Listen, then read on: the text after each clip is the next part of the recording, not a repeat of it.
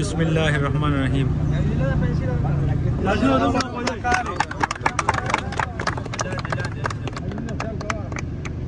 د بونیر شنگلی او د تورغر د عوامو لپاره خوشخبری. د بونیر مشهور او کامیاب ترانسپورت بونیر شاهد یوټنګ بس سرویس باقاعده د نیو یوټنګ 2025 ماډل گاړو پرانستا. د بونیر شاهد یوټنګ بس سرویس اونر حاجی تاجبرین خان په لاس وشوه. په دې موقع ګڼ شمېر خلکو شرکت کړی وو.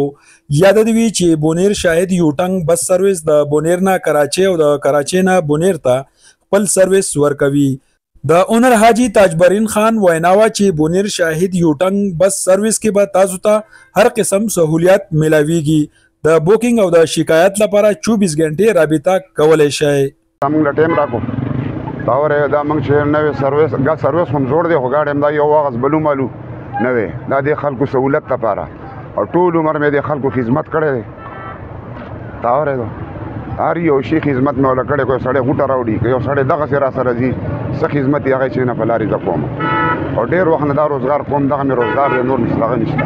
دوی عوام له راوستو دا تورغر او دا چغرزو زمونږ د بونیر چې کوم خلک دی ته پوه شو دوی به را سره تعاون کوي، موږ به مو سره تعاون کوو. دا زمونږ رونه دي.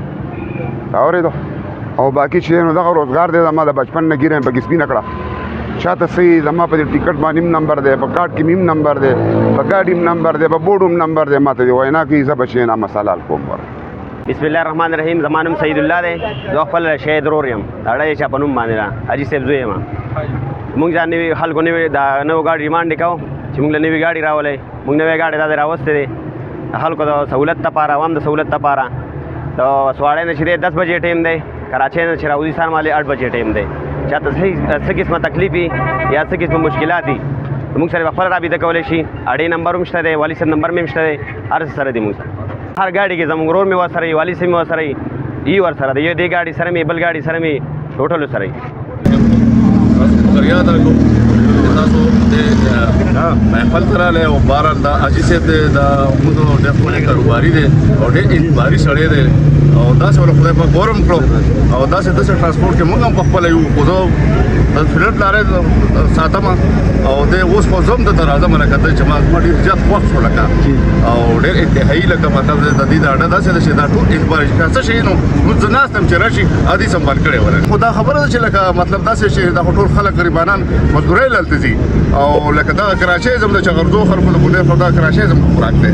نو دا ډېر ښه سهولت او ډېر دغه سم چې سره کرایه کم هم او کو چا صدقې نه خپل گزارو سره کوي لکه مطلب د غریبانو سره کنه او الله پاک ور ډېر ورکی. جی زما بخت زاید هم دی په دې اډه کې منیجر یم.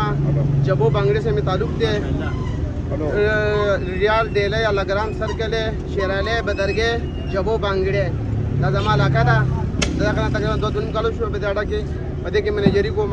جی سبا ول غواړي دی اړي په حواله باندې ګاړو په حواله باندې دې ګاډو په حواله خدا خبره کوم چې دا خدای مو ډېر غټ سہولت دی او ډېر په یاد باندې دغه ولې پیغام پښ پېچولو کې دغه به نشته.